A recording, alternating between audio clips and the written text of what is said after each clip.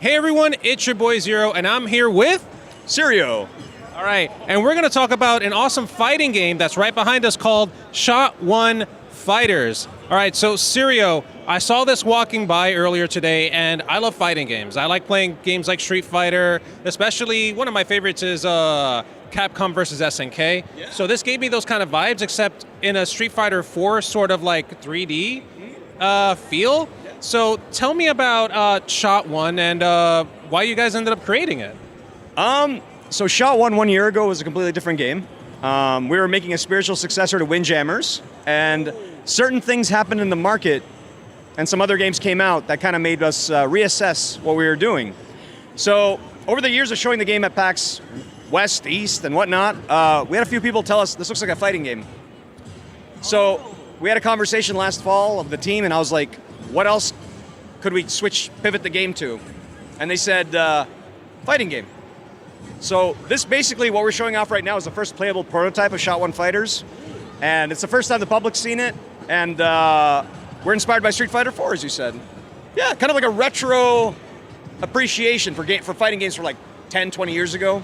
I was an arcade kid, so that's my inspiration for Shot One Fighters so far. Excellent. I love to hear that because I've always loved fighters, but when I was younger, my first fighting game was Soul Calibur 2, and then Street Fighter 4 came out, and that's what got me into like the sideways, side-scrolling fighters. Yeah. So I noticed that it's in 3D. Why'd you guys choose 3D over 2D? We kind of looked at the Western market for fighting games, and I kind of realized that there hasn't been a massively successful 3D fighting game since Rising Thunder, which League of Legends picked up. They absorbed that team and turned into 20XKO. Now it's a AAA game.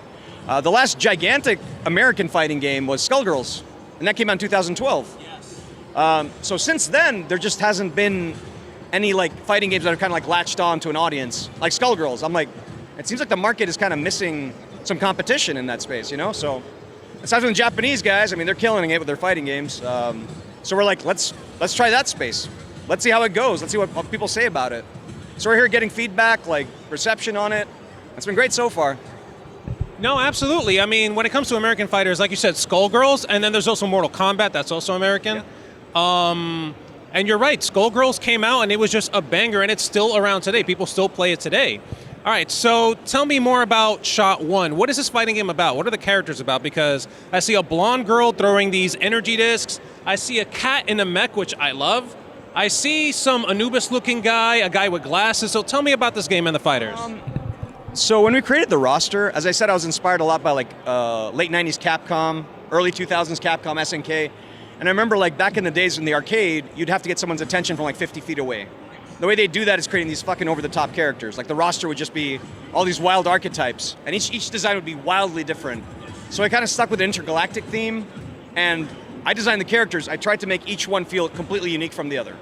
So that's how we ended up with this wild variety of a roster. Although right now we only have one character playable, but the idea is like each of them will be completely different in playstyle as well. Yeah. All right, awesome. So her name is Volley, the character that's playable right now. I tried the game. For me, it felt a little bit stiff, but then again, I don't understand the game. So could you somewhat explain the gameplay? Because I tried doing like the Hadouken motion, the Shoryuken motion. It didn't really work.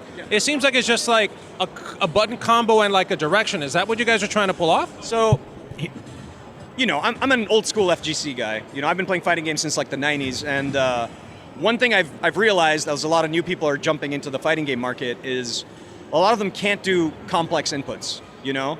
And, you know, we think about it when we go to demo at PAX, people only have like a minute or two to play the game. I was like, why don't we experiment with a simplified input control scheme, you know? It's a thing we've seen with Street Fighter 6 and some other games. They're going for like accessible control schemes. But we want to keep it so you still have all 6 buttons. It's just that like the Hadouken input, as you said, the Shoryuken input, they're all simplified. So anyone can do them in like 30 seconds, you know? So instead of like a quarter circle and X, it's forward and X for a projectile, you know? But we'll still have like the other control scheme for like more hardcore players. I just thought when we were at PAX, like, let's do the easy one. Everyone can just jump in real quick, have a good time, and get flashy with it, if that makes sense. Yeah. No, that's good. I completely agree with it. Like, I've heard a lot of people actually complain about Street Fighter 6 and their modern controls, and I actually think to myself that that's a great idea. because the more people we get into fighting games, the more fighting games we're likely going to get in the future. So I actually think it's a great idea that you guys are implementing simplified controls as well, because it's only going to appeal to more people. Yeah. Now, tell me about Volley herself. Who is she?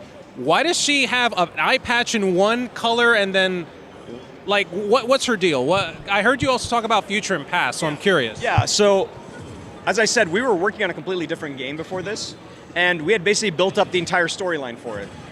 So in an effort to preserve that, like when we were told that we might be switching into a fighting game direction, we basically chose to preserve the timeline, which means the fighter game now takes place in a time skip.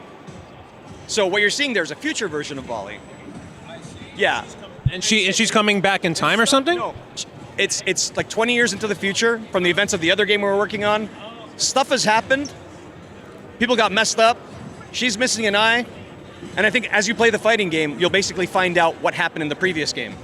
It'll be like slowly revealed. You're like, oh shit, she had an encounter with that Anubis-looking guy, and it went really badly. That's kind of the plan with our story mode stuff, you know? Because we want to have that. Excellent. All right, so talking about story, are you guys going to do something similar to like what Mortal Kombat did, or maybe even Street Fighter 6 did when it came to like a story? Because it seems like you really want to emphasize the story a lot in this fighting game, which I actually approve of. I like that.